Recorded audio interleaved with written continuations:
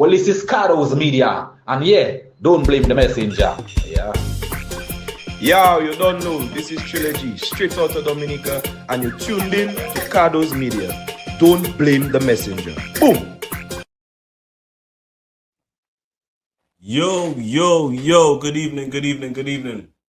It's Sunday, the 5th day of July, 2026.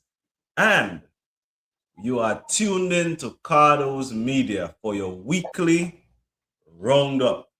Things that took place in Dominica over the week. And we just here to talk about it. And also, we here to hear some breaking news from the man called the rapper, Drex the rapper. Drex, how you doing? Give us your introduction, no man. Talk to us. How you doing? How was your week? The week was rough, man. It's a lot of work. I mean, better you're working than you're not working, you know. True. The average thing, you know how I do. We just get done, you know. I just get home, I just relaxing a little bit. But that's about it. What I say, all play and no work or something make Jack a dull boy. So all work and no play make Jack a dull boy. All play and no work make Jack stupid. Well, that is true. Yeah, man. Well, our week this week, boy, it seems like our week cannot go without some tragedy. Something drastic had to take place in our week in Dominica every week. Why is that? I don't understand. But we are here this week and we're thanking God for life, because without God, we ain't gonna go nowhere. But this week here, so it was full of disaster. Yep. We have two major disasters to speak about this week. Two that I know of. It might have more, but those are the things that are relevant coming up for me right now. Two major disasters. We have the incident that took place in Marigot with the young man losing his life in a fatal car accident. And then we also have another incident that took place in Portsmouth, where another young man allegedly took his own life. What is really going on? What is going on in Dominica? So people, if you know what is going on in Dominica and you want to share, let me know, because it is getting ridiculous. We are losing our young people every day, every second of the day. If it's not to drugs, if it's not to gun violence, if it's not to car accidents, it's them taking their own lives. What is going on? My people, let us wake up. Let us realize that we have to do better. Something is definitely wrong. So, I'm going to give you all a quick roundup of the week, and then we're going to get into the meat of the program. Dominica pledges 500,000 US to Venezuela following devastating earthquake. Prime Minister Rufus Skerrit announced financial contribution and expressed solidarity with the Venezuelan people. Voter ID cards expected before the end of July. Prime Minister Rufus Skerrit ensured of the new education card should begin before the end of July, marking another major step in Dominica's electoral reform process. The fatal car accident that took place in Marigot with a young man from Antrizal who died on the scene. The Ministry of Health issues an Ebola travel advisory. Authorities strengthen border screening measures and urge travelers to remain vigilant following concerns about Ebola outbreak abroad. Regional health security boost. Caribbean public health officials launch a regional emergency operation centered on improving Caribbean preparedness and response to the public health emergencies. Prime Minister to attend regional meeting. Prime Minister Skerrit departed to meet for meetings in Martinique and St. Lucia, focus on regional cooperation and development. The Rotary Club began a new year of service. The Rotary Club of Dominica installed its new leadership and honored former President Charles Savary with the Paul Harris Fellow recognition. Dominica launches its 2026 Summer Festival calendar.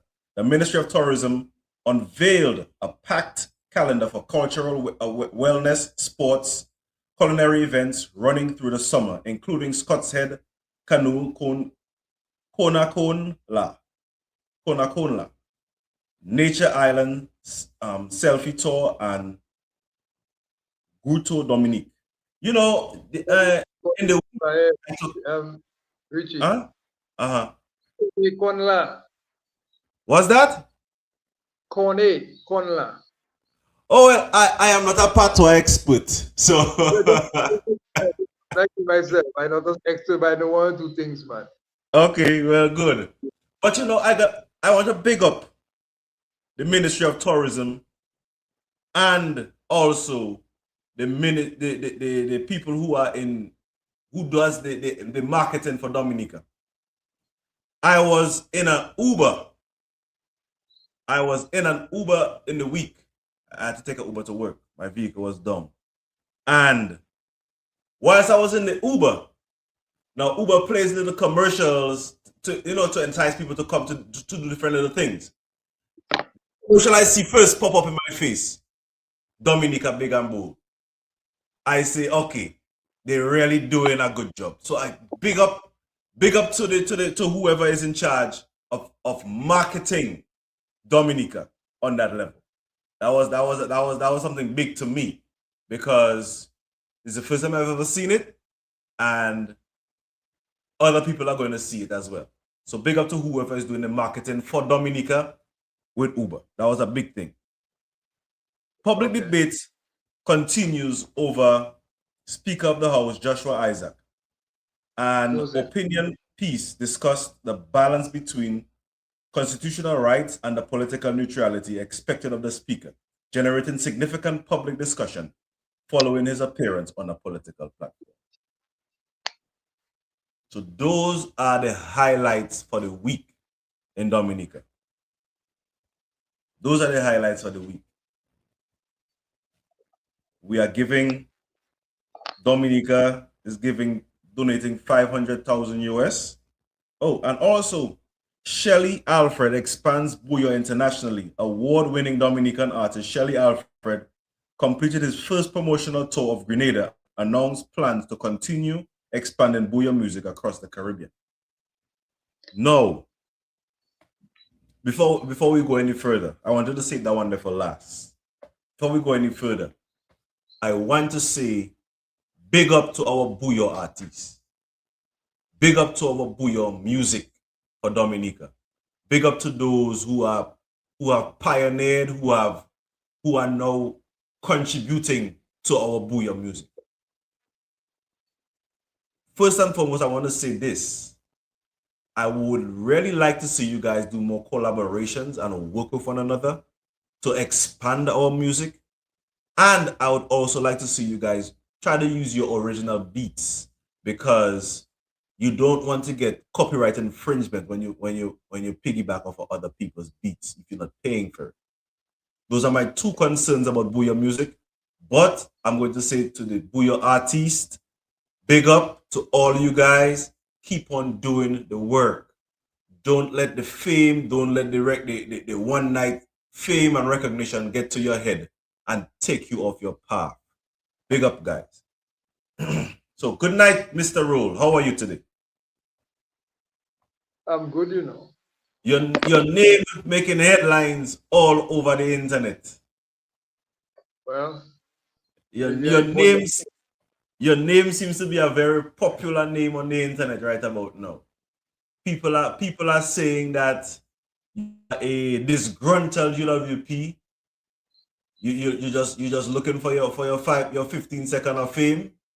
People saying you look like a rapper, you know, and I people also said that look at the village council election results. You were the last kakarot in that, and what is going on? Why you want to put yourself in any electoral any election after you be coming out last in the village council election. So first, let us tackle, what is your take on people calling you last kakara? I don't have no issues with that. You either first or you're last, right?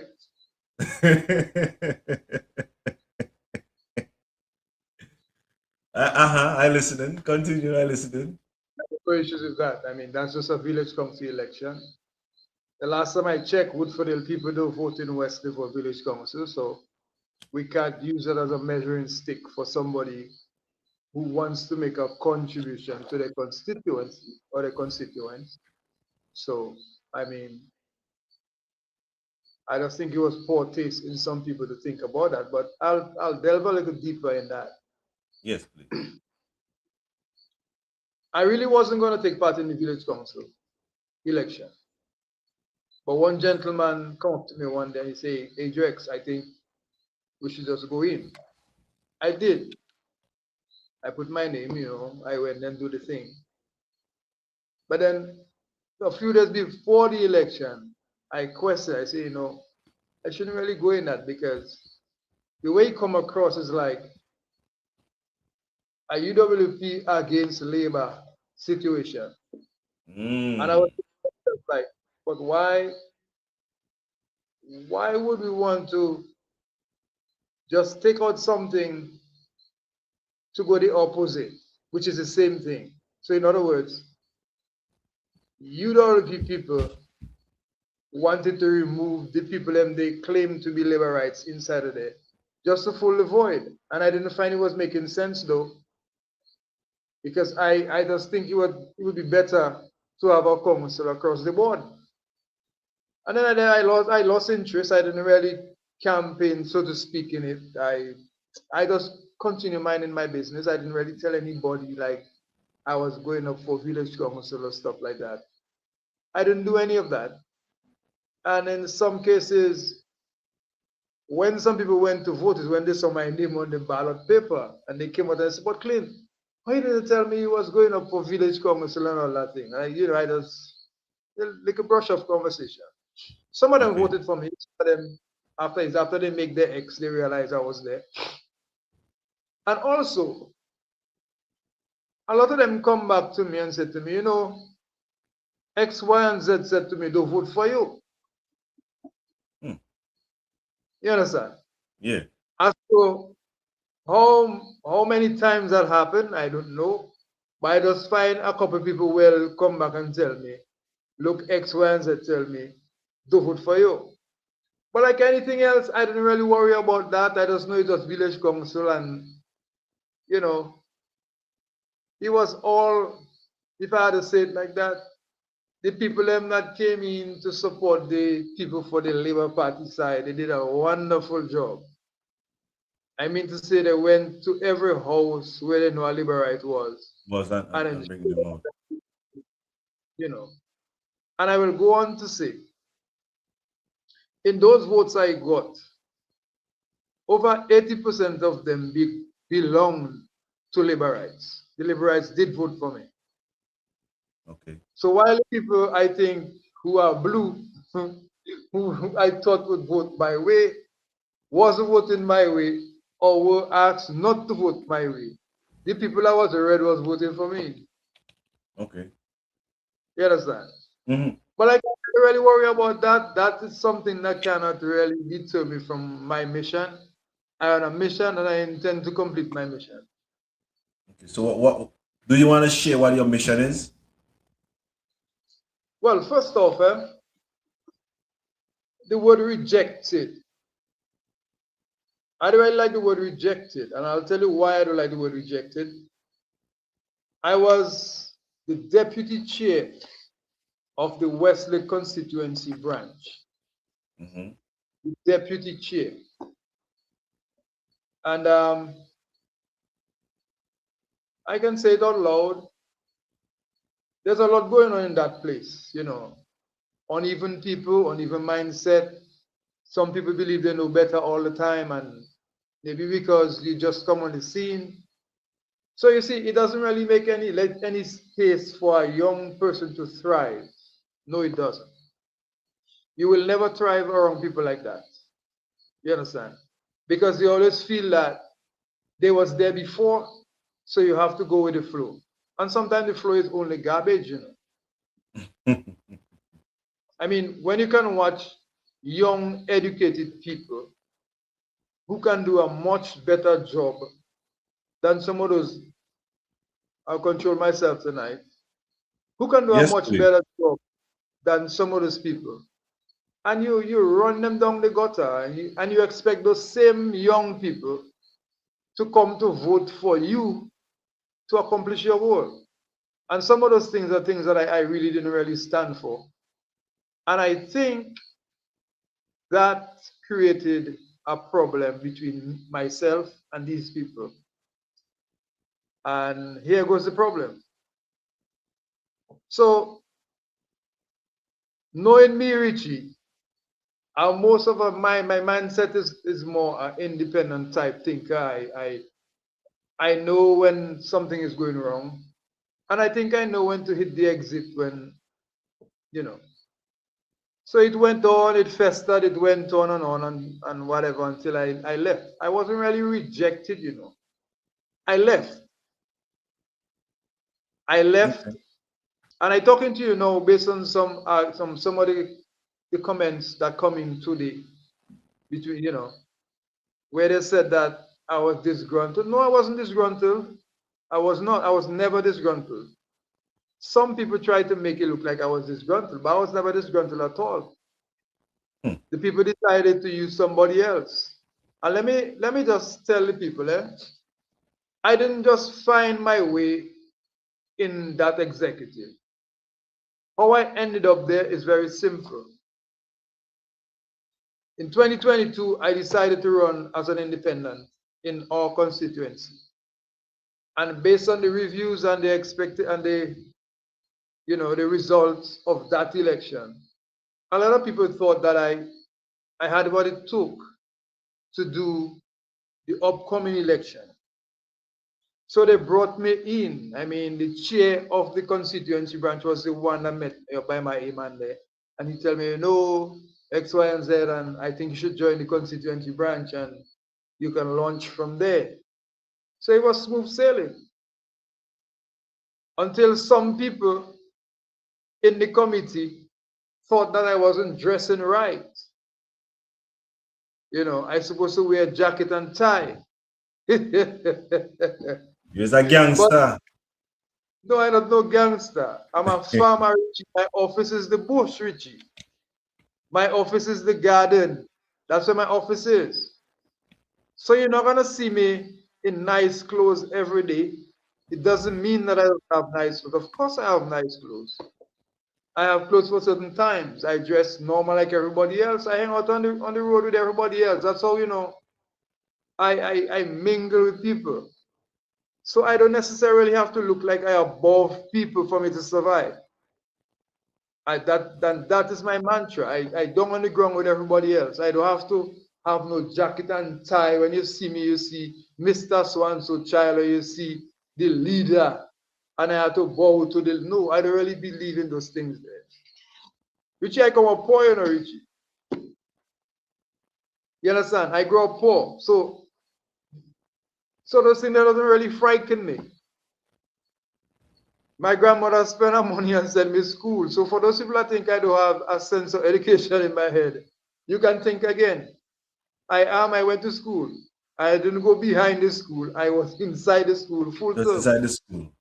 Yes, I was inside the school. I see somebody wondering if I can run a ministry. Of course I can control a ministry.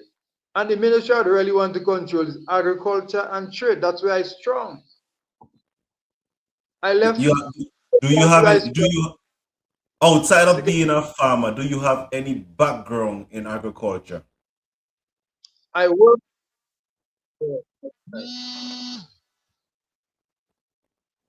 I worked at the DBMC for 4 years.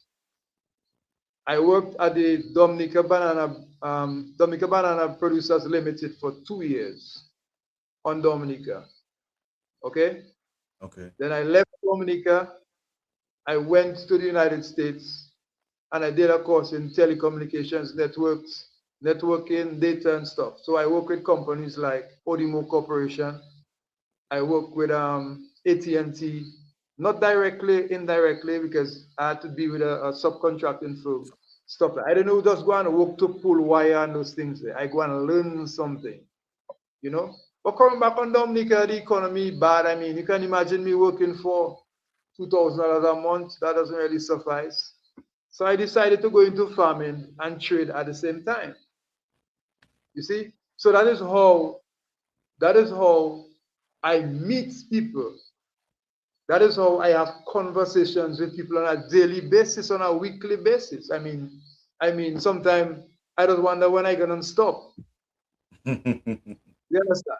Yeah. So when they say I'm not popular, I don't know what again I'm missing to be popular in West. Of course, in all three of us, Fidel Grant, Jean Francois, and myself, if you're looking for popularity, forget about the fact that Fidel Grant is a minister of government. But if you put all three of us on the ground and look for popularity, I'll be at the front of all of them. And that is a fact. I don't know what else to say. I hear Zed Lloyd say he do a survey for the last month about my popularity. And I'm not popular. I don't know what again I have to do. Well, maybe they have to crucify me on a cross, Richie. Maybe crucify me like Jesus Christ, so maybe something can happen. I don't know. But as for popularity, I mean, Richie, the children of Wesley, like the children of Wesley, they know me. The big people of Wesley, they know me. My age group and just like younger than me, they know me. I walk with them, I laugh with them, I hug them, I kiss them. What again for me to do? Okay. I don't know what to do again. And that's Wesley. Yeah. In Fort Hill, it's the same thing. I go to Fort Hill like I'm from down there. People that ask me, Buckland, how you don't just go to Fort Hill and just they're down there normal. But I know people who I work there. Okay. I worked there for a whole year when I was at DBMC. I mean, I would go in the farmer's garden and do, we took extension at that time. I would go in the farmer on the farm with them farmers. They cooking food, they offer us food. We can't tell them no. We sit down and eat with them. That's how I know it. I did the same in Marigot too, because I worked Marigot for a year too. You understand? So I really don't understand when they're talking about popularity, what they really mean. They need to talk about capability and what I have in my head as for development for our constituency. That they need to talk about the future development of Wesley, carrying along what is there now to bring along the people on a higher level. That's where they need to bring the conversation. So then seeing that you brought the conversation there, what are your plans for the future of the constituency of Wesley? What are some of your plans? I'm going to start with the Woodford Hill section. Richie, between Wesley and Woodford Hill, there's more to happen in development down in Woodford Hill. Because Woodford Hill has some features we don't have in Wesley. Number one, at this stage, I am 54 years of age. And since 1980, I remember I was 8 years old. Mm-hmm. But I was tacky enough, I was smart enough to run away from home, from my granny, and go down on the 4 to listen to Eugenia Charles and these people, Charles Maynard and them, Escape Alexander. I can remember them very well. They used to come Wesley. I used to love my politics from way back when. And I was a kid. And I would hear some of them talking about, especially those from our area, talking about the Pan Lake. I heard about the Pan Lake for 15 years on the Freedom Party. I come back and I heard about the Pan Lake for 4.5 years on the UWP. That's my senior lake down there. Yes, and I've been hearing about the Pan Lake for 26 years on the Labour Party. Do the math, Richie. At 41, That is 45.5 years I've been listening about the Pan Lake. Can you imagine that? Yeah. And there's a lot that can be done about that place. I know the place. I know the access to the place. Now, things I tell you is not things that I wonder about. It's things I know about. I know the access to the place. So, number one, in terms of access, road improvement to the Pan Lake, proper road to go down to that place. Number two, acquisition of land around that area to develop it. And when I say develop, I'm talking about cleaning the lake, excavating around the lake, putting in gazebos, stores, restaurant stuff, you know, where people can come and ply their trade. Maybe you can hold on the restaurant or the snack it or whatever you want to call it. So when the tourists come, you have bars, you have food places around there. Provide employment. Providing employment for the young people. Wait. You make it a place, a destination for the cruise tourism. Okay. Because that's our biggest tourism package we have, the cruise tourism. You make it a destination. It's like how when the tourists come, Roseau, they want to go in the valley. Mm-hmm. Right. You make it a place like that, where even the overnighting tourist people can come there. That's part of the calendar. They can go there and feel safe and you know, entertain themselves. You have music over there. Maybe you can put a couple paddle boats on there, where you can allow people to buy those things to put there so they can make their money, to put money in their pocket. That's how they do it overseas. I'll draw a reference to you. In Antigua, you have businesses like Tropicali Trail. What do you think they do? They have some old Land Rover Jeep, pull them up with rum punch and beer, and go in an old road and drive all day long and drunk people. That's all. And they pay big money for that. You say, and drunk people, right? I'm sure you have people on there now from Antigua looking at that. Because a lot of people looking at that, right? So, so that's one of the developments that could happen. Okay. I explained to you how it could happen, the things they have to do. Number two, the biggest one, the one that would serve Woodford Hill as well as Wesley. We have Secret Bay, we have Jungle Bay. Those are two indigenous hotel structures or chains, or well, not really a chain, but you know, tourist places in Dominica. Mm-hmm. You can develop Woodford Hill Beach using either of them. Do you understand me? Mm-hmm. Using either of them, develop Woodford Hill Beach. And the government now could put in their own facilities where Woodford Hill people and Wesley people can go out there and ply their trade with the whole idea that you have a hotel setting at the top. The whole idea that people from the hotel could leave and come down and be part of what are happening on the sand with everybody else. Okay. Also, the Labour Party promised the people of Westwood for a jetty or a harbor over there. That's one of the things. You could put a sheltered bay there. And when I say a sheltered bay, I mean you put a couple $1 million in building the artificial reef, the wave breakers, and you put them a certain way outside, and then you can build something similar to a marina where you have maybe yachts can come in and don't worry about the high waves. Okay. Now all those things wouldn't happen overnight unless you want it to happen right away. But within 5-10 years, those things can come to fruition with a sensible government. Our government is running around talking foolishness. Yeah, you understand? Just talking promise with that, and then they come back and lie for you another time. That's why I always say, Richie, if you vote for me and I do perform for you, do not vote for me the next time. Because I'm supposed to have enough stamina inside of me, muscles in my brains, and an attitude to go forward so I can put people up and say, hey, listen, the people of Wesley and Woodford Hill voted for me with the intention that I would bring that to fruition, and you're not giving it to me, and I want it for them. We need people like that, Richie, to stand up for the people of Wesley and Woodford Hill. Make it even worse now. We have airport development happening there. You see the reflection in our development with that? There's a lot.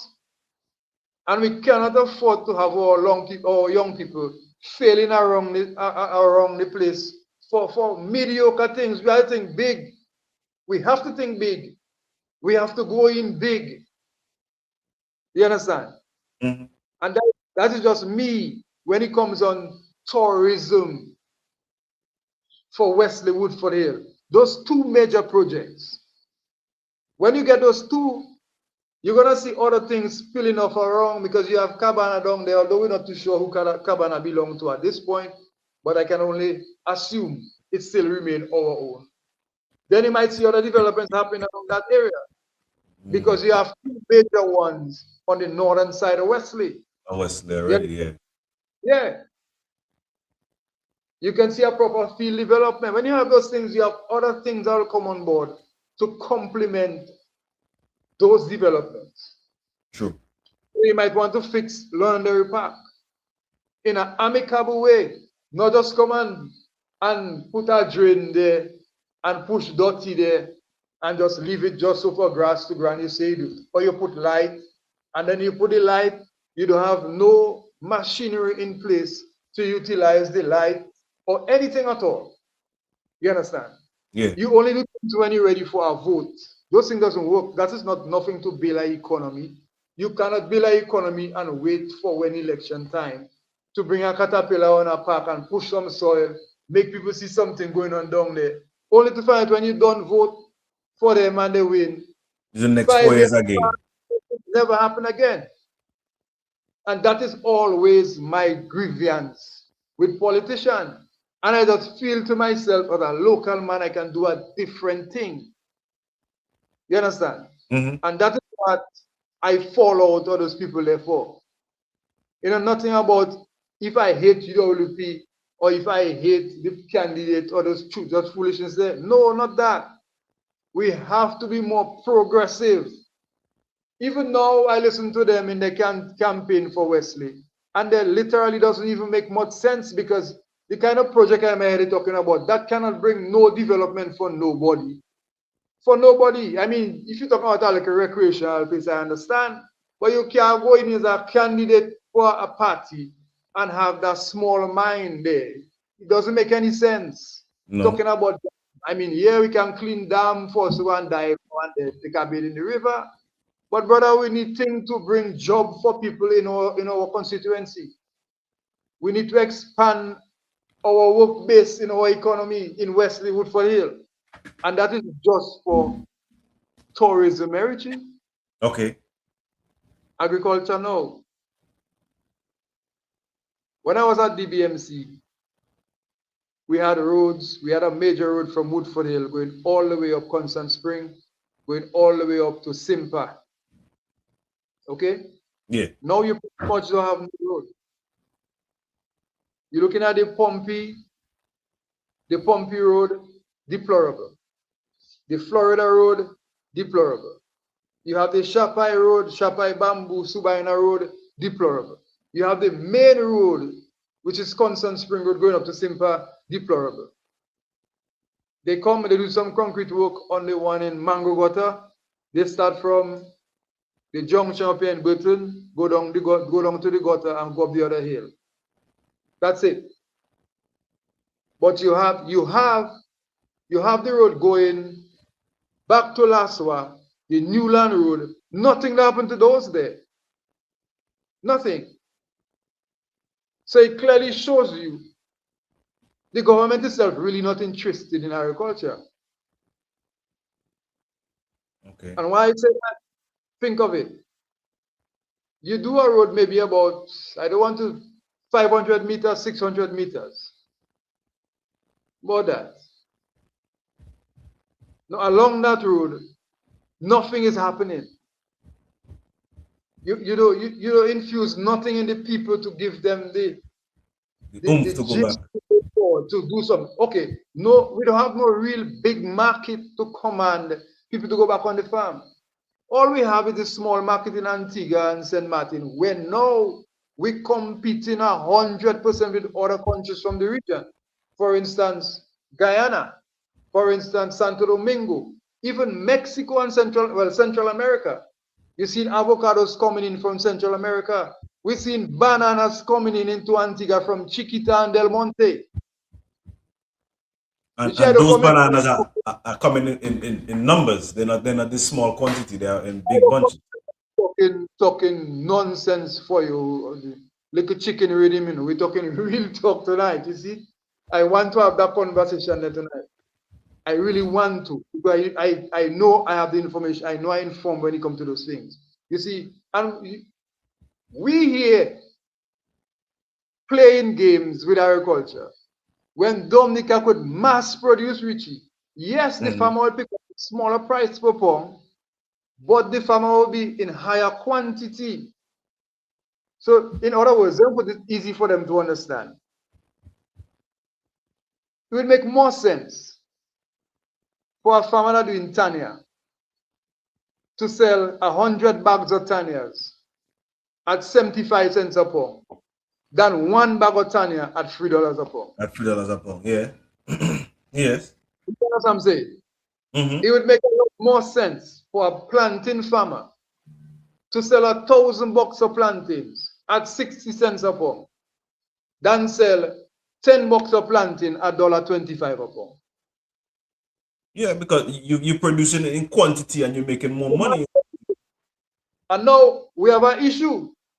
One of the issues we have on the market, and we're not paying attention to it. And that's why I tell you, the government or they have an issue with farmers. I'm glad the Haitians are here. I just buy from them. But guess what? The pricing structure they're using to sell to us, and no matter how we try to break it, no matter how we try to explain to them that we technically kicking ourselves out of the market, the regional market, by those high prices there. Nobody seems to be in government or in control to say, hey, this is ludicrous. We can't afford to continue doing that. Because so what we're going to have... Wait a minute before you continue. Let me ask you a question then. So you're saying that there should be some form of price control on the product? Of course, yes. But Richie, when DBMC was there was a price control for bananas. Okay. And the farmers in Dominica still was productive. And they still managed to send the children in school and everything else. So why we have to be price gouging and undulating pricing and going on price hiking, all those things there? Because you want to get a commodity and then you're going to go on the market end and try to sell it, Mother, Son, and Holy Ghost. And then the people that's supposed to buy from you, they wager in and they say, you know, I can go and buy it over there for less. Let me go Guyana and buy my pumpkin. Best I go Santo Domingo and buy my plantain. I get in the kind of plantain I want.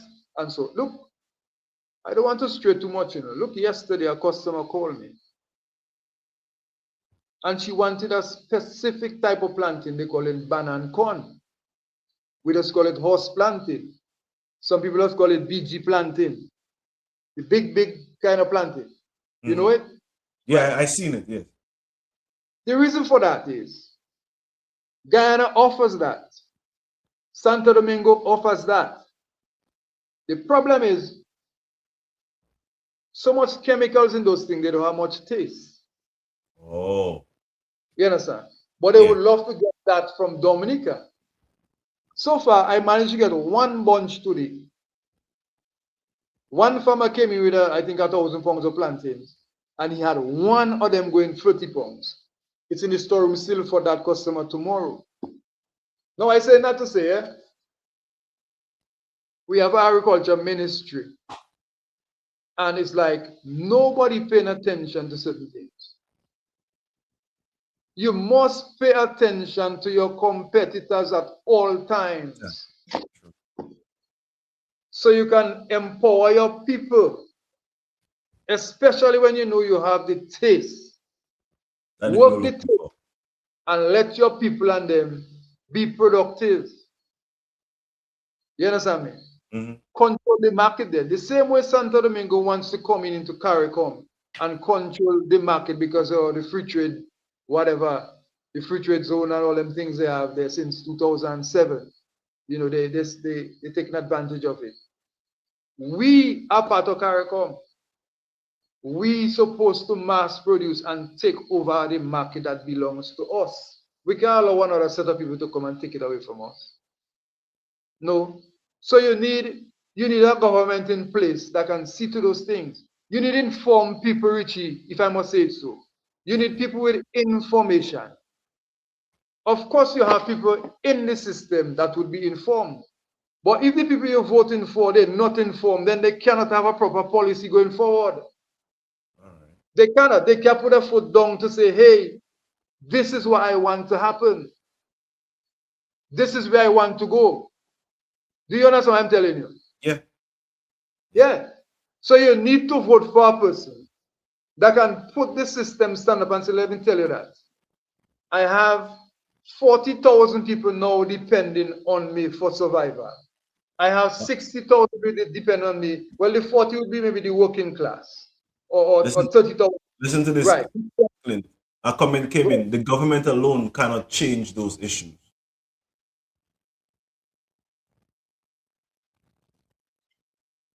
How do I answer that?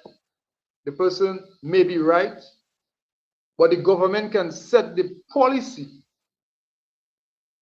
As long as the government set that policy, then the people will fall in line and do what they have to do. It's all about marketing something, you know. Okay, for instance, I go out there, I look at the market structure. They want a certain type of plantains. We can produce that plantain in Dominica. So why force and give the market something that would put us in decline? So I'd come back and say, you know, yes, the banana can have less weight, but it is more sure. You have more sure to sell it on the market than the regular plantain. But wait a while. Why you say the big bunches have, the big plantain have less weight than the small ones? Why is that? Why is that? We're going to give you around 3 to 4, maybe 4 to 5 hands. And in those hands, in every hand, maybe you have around 6 to 7 grains. Okay. But they're just big. But the point I'm making is that, Richie, would you sit down and allow for your market to fall apart because you didn't apply yourself to stay on the market? No, you should not. No, you should. Right. So that's my argument. And that's going to always be my argument. I mean, and I also believe too that we should start diversifying and not just selling our raw fruits. Also start selling. We come let us now. We're just talking about the market where we're selling fresh produce and stuff like that.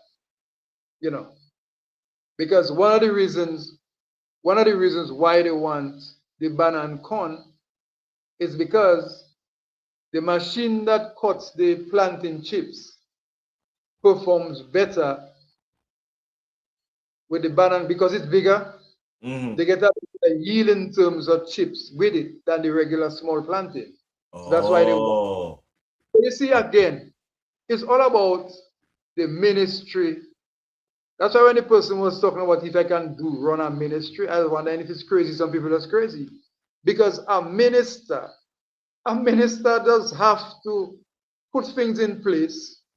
He can't go everywhere, but he will employ people to do certain things. So his ministry will look good. His country will be productive. That he will just bridge the gap. That's why you are as a minister. You set a policy and you get it going. That's all. A question for you. What if you work with the government in agriculture? Well, that'd be a great thing, but you know how politics is in Dominica. As long as you share the same color, they're not gonna take you in. Okay. So now sometimes, let's say I just try to go red now. They're gonna have me on a leash, on a long line. Maybe they can, you know, that kind of stupid visit. They will utilize my meditation to go forward. They might put me to work under somebody that don't even know as much as I do. Okay. I have a question to ask you now. Since you spoke about color, there's a question that's looming in the air. Uh-huh. See, now you said that you are this. They say that you are disgruntled United Workers Party former member. Have you joined another party? How do I say that? Another political organization? Have you gotten in bed with another political organization? Okay, See let's that put it you are this no longer a United Workers Party member. Have you joined the Labour for the Party? record, Have- I'll put it have this you- way. For the record, let's put it this way. For the record, I am not UWP again. Okay. Okay? Okay. For the record, I am not disgruntled with UWP at all. So for the people that feel like I saw this gruntled, so I leave UWP, let me tell you something now. No, Slavery no, no. slavery Let's not go. Let's not go into depth in that. No, I just asked a question. No, Richie, I don't answer your question. But you Uh-huh. must slavery start long time and finish long time before I born. Okay? Okay. So I just find it weird that some people that support United Workers Party, in their mind, they're thinking, okay, nobody is supposed to support Labour Party, but everybody is supposed to support UWP. So you're supposed to support no other party besides UWP. That can never be right. No, people. Everybody have the right to support any party they want to support. You understand? Yeah. They do. So I cannot make noise with a Labour right for supporting Labour. I can only tell them, look, this is bad. Look, this is wrong. We need to change that. But you cannot beat them into submission to leave. They might listen to you. They might question themselves, or their children might tell them, Daddy, Mom, you know the man making sense. Because look how you're struggling so long. Watch my age. So I 25 years now, and nothing will happen at home. You understand what I'm saying? Mm-hmm. That kind of vessel. So I know this ground to be UWP. I decided to leave UWP alone, and I decided to have a conversation with the UPP. And so far, the conversation with the UPP is very good. And who knows? I see some people fast tracking my candidacy with the UPP. Give it a chance, let it thing fester and see what happens by tomorrow. You never know. You understand? Yeah. But yes, I'm in conversation with United Progressive Party. As to where we go from here, we'll all see. You guys wouldn't hide it. You see, I hiding something tonight? No, I don't hide nothing tonight. We'll all see what happens. Okay. Okay. So now back to the agriculture, because Yeah. people say we stray from the agriculture. Stay on topic. You know, I can deal with that. We People can want stray us from to that. stay on topic. Yeah. So yes, I was just saying, we stop on ministry. Mm-hmm. Okay, so I seen ministers in Dominica in the Ministry of Agriculture who I deem as people that shouldn't even be there. But they were there and they did what they had to do, and even if it didn't work out the way we wanted it, they were ministers, right? Mm-hmm. And we hail ministers. But that's besides the point. The point is, I just want to see agriculture on a different level, and that is for the whole of Dominica. And more so, because I'm from Wesley Woodfordale area, that would suffice. That would help to develop the area. We live that already, but we cannot. I personally cannot go back and tell Woodfordale young people about how my grandmother used to sell 50 bucks of fig a week or 100. No, I don't interested in that. I want to tell Woodfordale young people how we can behave from here on in, agricultural wise. What are the benefits for them? What are the markets we're looking at for them so they can produce in the future? I don't want to be telling them about when money was meeting money. We know that already. We already know that. We said that enough time already. You understand? Mm-hmm. What young people want to know is the way forward if they vote for me, if I go for election for the party. So I need now to put myself in order to let them know, okay, the party intends to reinstate the banana industry.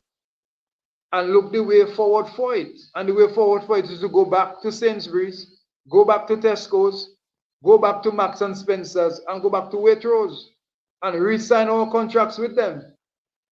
Yes. Also, we can do a variety of crops with them. We have ginger. We have ginger, they want it. We have turmeric, they want it. We have plantains, they want it. We have potatoes. We have a variety of potatoes in Dominica, sweet potatoes. We have bananas, we have everything. But let us not stop there. We can also put our young people to work, get the necessary mechanics for them, so they can, how you call it? Look, I even lost in the thread. They can manufacture banana into something else, manufacture plantain into something else, and ship those same commodities to the same supermarkets and somewhere else. You understand? Yeah. Yeah. We just have to learn to mass produce. Stop thinking small. Think about doing things in a large quantity so you can see your way better. Though I don't want to have young people, children, planting 100 planting and thinking that is the end of life for them. No, we have enough estates down in Dominica. We can reform that under the Land Reform Act. We can reform that and open up those lands for young people to work. New lands for them to work, to be productive. You understand what I'm saying? We can employ young people. We can employ young people into horticulture. We can put them into how you call it? Plant propagation, all those things. Remember when the Speaker of the House talked about planting 1 million trees? Mm-hmm. We can embark on that, but in a sensible way for them to make money. And those trees are trees that will be productive to our economy. We can go there. Mango, avocados. Let me ask you a question. One time I brought up this idea of allocating different portions of the country. Look, Earl Bruno right there saying, if we don't, hold your thought there, if we don't work on the prices of food, we will lose them. Yes, Earl, we will lose the market. So our government now have to take control of that. Control the Haitian and them because they're overdoing it. Let's go, Richie. So I was saying we should start designating certain crops to be grown on certain specific areas of the island. So like for instance, in Marigot, Wesley, we can grow plantain, we can grow fig. So that up in Paybush we'll grow, in Penville we'll grow yam. In Dabewash we'll grow dasheen. You know, Salisbury will grow our melon and our different other kind of fruits like that. Cucumbers. So I believe that could also be a boost for our economy, where it should give the farmer an objective. We're gonna grow this amount of planting, this amount of produce for this specific year. You know what I'm saying? And we don't want to be xenophobic. What does that xenophobic mean? I don't get it. I don't understand. What's that? That's what Emma commented. We don't want to be xenophobic. I don't understand what it means. Do you know what it means? I know what it Emma, means. I sent you the link, you know, Emma. It doesn't really xenophobic, xenophobic. Look, I can't remember the word it means, not the word right now. But anyway, it doesn't matter. I think people. Okay, agriculture. What are you talking about there? In agriculture, we call it zoning. Zoning, yes. Yes. So you're technically not going to waste money to invest in banana and plantain cultivation in the Bells area or in the Mont Jean, Rivière Syriac, Grand Fort, Newfoundland, those places there, in those wet areas. You're not going to waste money to plant those things. You will plant dasheen there, and you will plant certain varieties of yams there. You wouldn't plant tanias there, because the soil is too soft for that. Okay. So you will save tanias for places like Carib Territory coming down, Atkinson, Marigot, Westwood, Fort Calibishi, and to some extent maybe Paybush. You understand? Mm-hmm. You will save things like ginger, turmeric, what are three crops, and so you can not even avocado because the Carib territory is too elevated. Okay. Although, if you want to use avocados as a crop for an edible crop, there's a variety of avocado they call Libdas. We buy them from Central America. They usually come in around March, April, around those times. They're smaller. If you're gonna hit the market, it will be more economical to have those than to have the big Dominica selected to ship to big markets. You understand what I'm saying? Okay. Sometimes you wonder why they don't have Dominica selected. No, because they structured the thing in such a way that you can ship 1,000,000 avocados, minimum cost, and maximize your profit. Whereas 1,000,000 Dominica selected may not be able to fit in a 40-foot container because of the size of it. Size of it. Yes, We have another guest coming in. Hold on. Good evening, Miss Emma. How are you? Hi. Um, Hi, Clint. Good we, evening. we tend to run for an hour, and Okay. we approaching the hour. So give us your thoughts. The xenophobia is like what's going on in South Africa, where Yes, you're only interested in promoting, and it's going on right now in America. So it's like, okay, we only want American citizens to have American jobs. Or in South Africa, they're trying to basically eliminate another person. We have to recognize that as Dominicans, we have failed our own selves. So unless we take ownership of the problem, we're not going to be able to solve the problem. And we have to say it is our fault, it's our problem, it's everybody's problem, because everybody contributed to the situation that we're in right now. Those of us who migrated and left behind, those of us that never went back, those of us that don't want to invest in businesses at home or start something or be involved, even to just have a conversation like this. So I believe that we have to first take ownership. Like when you have a problem, you have to look at, okay, how did I contribute to the problem? And how do I come in with the solutions to the problem? With agriculture, I don't see agriculture heavily as something the government should be involved with setting too much boundaries or limitations. I think the government they should be involved in policy making. They should be involved in improving roads, developing policies, supporting farmers with training, identifying export markets, promote the idea of like made in Dominica, and assist with certifications and export regulations. Okay. But our farmers, we should be looking at producing high quality product. So we should be forming our own co-ops to try to meet those international standards, to help market our own products and to form co-ops where appropriate, and to build long-term relationships with buyers. So, for example, I'll use myself as an example, which is why I wanted to join the conversation. I went to Dominica and I realized that everybody was basically farming with pesticides and chemicals and tilling. So everybody is in tilling, everybody is using chemicals. No matter how much I've spoken about it, talked about it, nobody seems to be caring about it. These two things are going to kill our market, because Clint mentioned it. After a while, when the soil becomes saturated enough, the products become tasteless, because all the microbacteria that gives the nutrients to the plant so that it can taste good, It's going out. they're not there anymore, or it cannot be accessed by the plant or leached or whatever.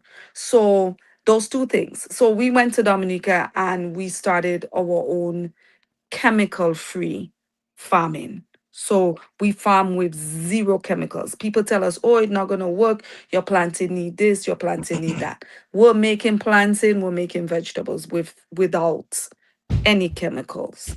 So are Okay. you using like natural So I believe it's up to us. So I now need to meet with Clint on the village level as farmers, as a group, to say, yo, Clint, This is what I'm going through. These are the challenges. Let's form a meeting. We have to be innovative. You cannot wait on governments Do alone to do everything. those things for you. You have to get up and recognize there's a gap here. There's a niche we can fit. Like he said, like when you talk about the horse planting, my ears perked up. I'm like, okay, where do I get some horse planting plants tomorrow?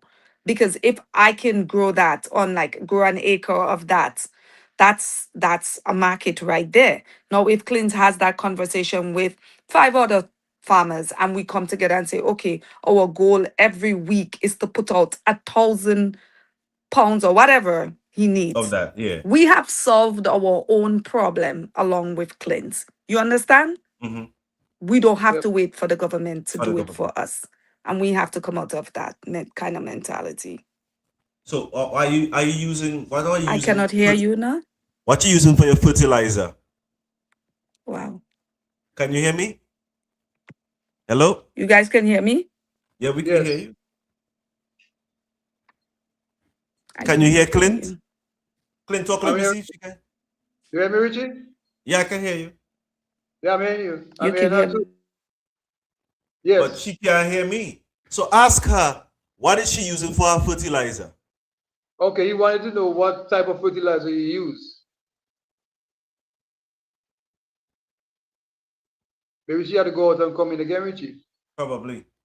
Because I remember back in the day, my grandmother used to go and pick up cow dung, foul shit, and them things to use as fertilizer. Hello? Clint. I'm hearing you. So I remember that. So as she was saying that she was using she's not using fertilizer. I was asking, I'm not getting it. still not hearing. You hear me, Emma? Can you You hear hear me? Clint? Maybe she had to go out and come in again. She did that. Okay, But yeah, as she was saying, she was using she wasn't using any Can you hear us anymore? Can't hear us still? Is something on her end? So she, Maybe. I was just wondering if she using what kind of product she would be using for her fertilizers. You know what I mean? Because I remember using foul. Huh? Look right now. I am doing like 3,000 sweets of plants for a customer. Mm-hmm. For the compost we use You hearing? Yes. organic soil, river sand, and we use some animal dung, and we just bought some Promix and mix everything up together, you know. But that is just one small project. So Miss Emma, I was asking, what do you use for your fertilizer? Do you use animal dung or Okay. what? So we use a method of farming called regenerative agricultural farming. It's kind of how our ancestors farmed before. So you have the animals come in, they clear the land, they poop wherever they poop. They also, by being in that space, they move in the soil, they poop in, they're fertilizing the land. They move on from that. You may let that area cure for a little bit, and then you, the farmer, come in and start to turn over the soil in a manner, ideally disturbing the soil as little as possible. In addition to that, that's say if we're doing like plantings, we'll just dig our hole and not disturb the rest of the land. Let's say Okay. we're doing vegetable gardening. What I do, I layer my soil beds. So I have my farmers using like sticks or twigs on the bottom. Then we layer like a lasagna all the way to the top, alternating with dung, dried leaves, the same thing Clint is mentioning. And then at the top, ideally, you want to mulch the top, like either with wood chippings, or with the remains, like how you call it, the sawdust. Okay. Yes. Okay. And so what that does is, as these matter is decomposing, you now Producing. also creating an environment for your plants to thrive, because the biggest myth we have is that we need to give the plants nutrients, but we don't need nutrients.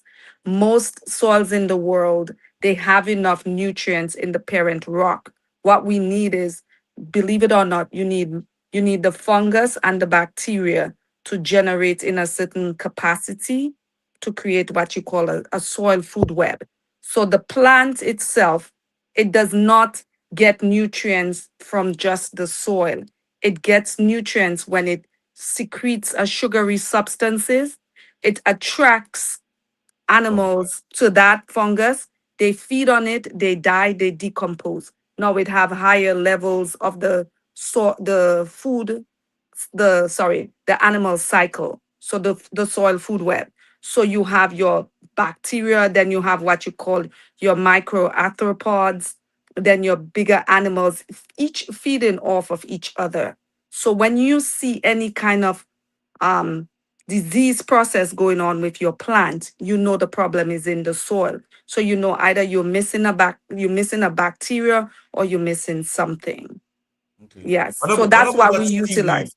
What about that seaweed that we've been blessed with in the Caribbean? What I do you think haven't about it? done enough research on that, but I have heard if you wash it and you process it well enough, you can use it. But as to the ratios and how it needs to be integrated into the soil, I haven't done enough research on that. But there are countries using that. But we don't need all of that. We have that, but we already have most of what we need already, which is going back to you utilizing the method of having your animals to clear the land. So you might ask somebody to tie their cow on your land for you. They feed and they move on. And then that already, the cow dung and everything is just natural fertilizer because it's gonna attract bacteria, it's gonna attract an animal colony. And when that cycle starts operating effectively, you will have nutrients. So when they die, the soil takes the Nutrition. nutrients from their bodies, yes, and takes it into the plants. So that's why Yeah. the mangoes has been so good in the burial ground. Taking up all them dead nutrients. Yes. Yeah. No lie, no lie. And they also adapt part of the genetic material. So believe it or not, like if the plant roots are tapping deep into, say, a grave or something like that, it would have been adapting some of the genetic material from the dead person into the genetic material of the mango tree.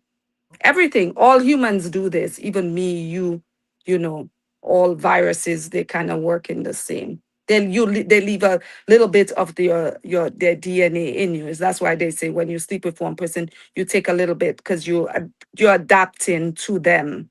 A little bit of their DNA stays in you. Mm. Yeah. Mhm, But this is a class we need to continue. mhm. We need to do this again, Miss Emma. I just don't. Whenever I catch y'all are always ending. Well, we do this every Sunday. We I'm started. I'm off. I'm available every other Sunday, and sometimes I'm doing my own podcasts or Yeah, teaching. I see you doing. I see you doing it with the Rasta guy. Yes. Mhm, The mhm. hope for the healing. So this So is what we hoping to bring back to Dominica. That sense of I can do it myself. I can work with each other. Um, My farm is called Kudme Farms because it's supposed to extend to helping hands. You give me a hand up. So we're talking about maybe how can we extend this to make it a program? Because I heard like Woodford Hill men, they go every Wednesday to give each other journey. They're giving each other journey. So can we bring back the journey where we rotate with people we trust in a group and go and give each other journey, where unit. we understand the farming practices and we all stick to it so that when Clint comes to order 5,000 pounds of bananas, he knows that the quality is basically the same across. So this is for us, the people, to do for our own self. It's not that hard. I I get you. So Clint, do you have anything you want to say on that? No, well, what she's saying is, I know about those things. I mean, it's practical. It's a little bit, I think we lost that culture. So it's just a matter of trying to get it back.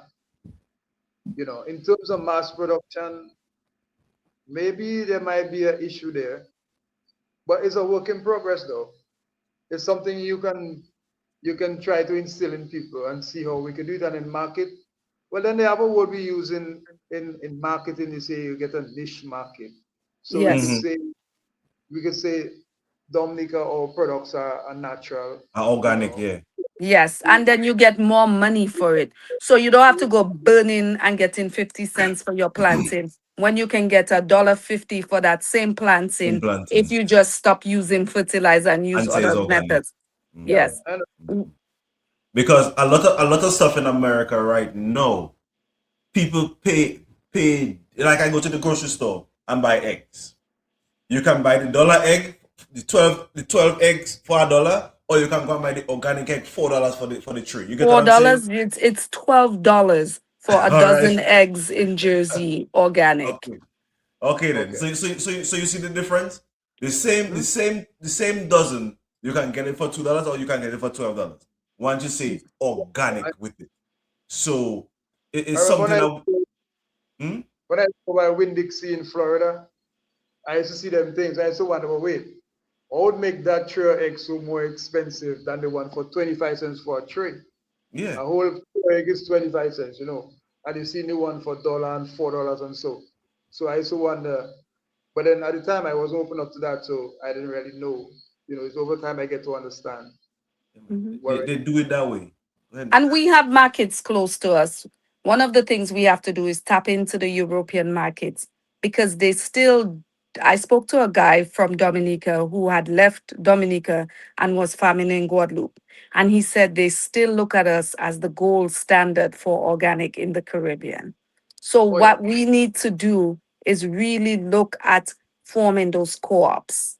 That is going to be the key in moving agriculture forward. I don't see the government being able to move anything by themselves, even if they had all the money. That money, I would love to see it be placed into programs like, that could assist us with roads. For example, like if you're going to ask me what I want first, I tell you, first thing I need is road mhm, infrastructure.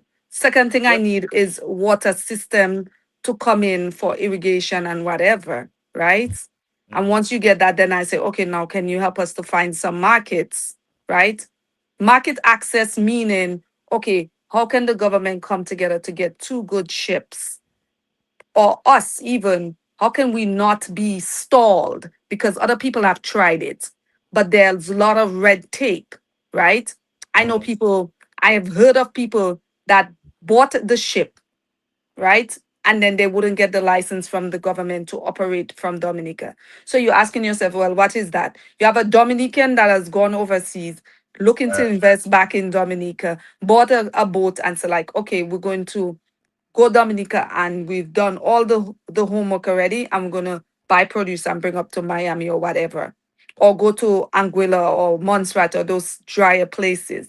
And they cannot get the license. And that would do the people so well. So that's always one of my challenges to scare it in any general election. If you can give the people, like if you want to guarantee to get back into power, just bring 5 boats for us.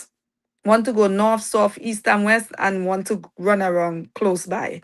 Yeah, because the people really need that to send their goods Their out. produce out. Hmm. So Clint, give us your closing. Miss Emma, before we want to close because we run over our time. Give us your closing and then we'll go to Clint and then our end. I would say I'm appealing to the farmers in Dominica to start forming co-ops, to start looking at standards, quality. What do you want to put on the market, and how do you want to be known in that market when you produce a good or service?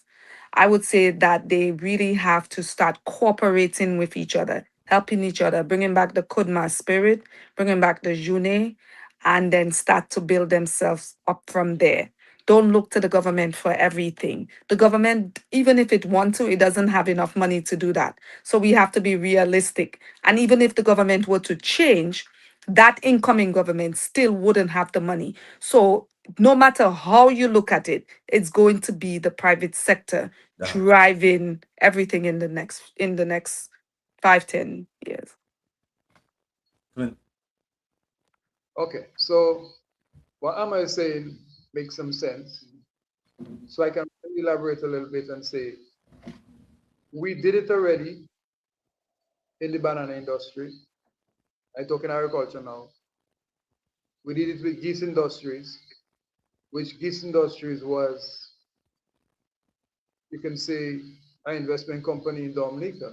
It wasn't a homegrown company, it was something from somewhere else. And we utilized their services for a good few years of my life. But yeah, to summarize, going forward, my input into all of this would be to get young people to be productive and to sanction the government to go out there, like what Ahmad just said, look for the markets, look for the equipment for young people. If you put it in another young person, so for instance, you bring in, you want to bring in irrigation, you give it to Ahmad to do. She opens up a business in irrigation terms. You want to bring in, how you call it, preparation, cultivation of crops, preparation of crops for farmers to use, you give it to Richie. So in a sense, you're really utilizing the services of young Dominicans. And that's how we're gonna become productive. Yeah. All the other techniques, you get in a niche market for crops that are non-chemical crops, you know. We can practice those and get them off the ground and make millions of dollars on those. You understand? But at the same time, we need to involve young people. And the days when I grew up, when my granny used to say, when you come out in school, you have to go Roseanne for a watchman job. That day, you know, children nowadays are so much more educated than we, you know, at their age, you know, they know so much things and they could utilize those practices on island. They don't have to run and go anywhere. They can stay right here and do it. But you see, you have to have leadership. You have to have leadership. And you need people. We're talking about politics now, eh? You need people. We closing, Clint. Let's close. You need people that can stand up and say, hey, we have to go east or we have to go west. Or, hey, the people of Westville Marigot voted for me to do certain things, and I want that certain thing for those people. Otherwise, we'll lose this next election. That's the way forward for us Dominicans. And I can say it again, we just need people that are structured to do things, and that's it. We'll find the technocrats and them to come in and give the government the necessary information they need to get things going. But that's just the way. And that is my intention. And just let them vote for me, I'll prove myself. Okay, sir, you want to get votes? I would like to thank Miss Emma for joining us this evening. It was a pleasant surprise. It was a blessing for her to come on and share her thoughts and her expertise in organic farming. Chemical free, because there's no organic farms in Dominica. Or chemical free farming. Yeah, because the seeds have to be organic in order for you, and you have to be certified organic. Oh. Okay. Yes, it's a very tedious process. So you just say chemical free, which is even better than organic, because with organic it's just the seeds and some they still use pesticides and chemicals. They just don't use those that are not deemed organic. But with chemical free, they call it regenerative farming. Okay. So that's something that's needed. I didn't even know that was a different type of farming than organic, you know. So good knowledge. So I would like to thank you for your candor this evening. And Mr. Roll, you say you want to do better, you want to change stuff for the country and for the community and for the people. I wish you the best in your endeavors in doing so. And for the people who tune in and listen as well, we need to stop thinking about government and start thinking about what we as a people can do. Because I was looking at a video earlier today. It showed a stone in the road. Everybody driving past, view. Then two people stop and they took the stone out of the road. If we are not them two people there, we in the way of progress as well. We need to start being those two people and get off whatever high horse we on and move the stone. Because the hurdle is not the government, the hurdle is us, the people. If we don't open our eyes and see that we are the hurdle and we are the problem, then we will remain and keep being that problem.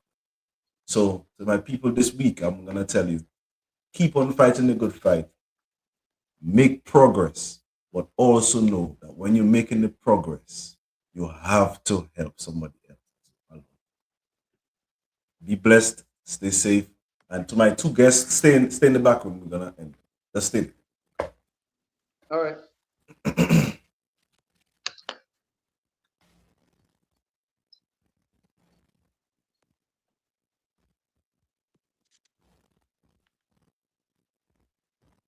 What the hell? Oh, shit. Pressing the wrong button.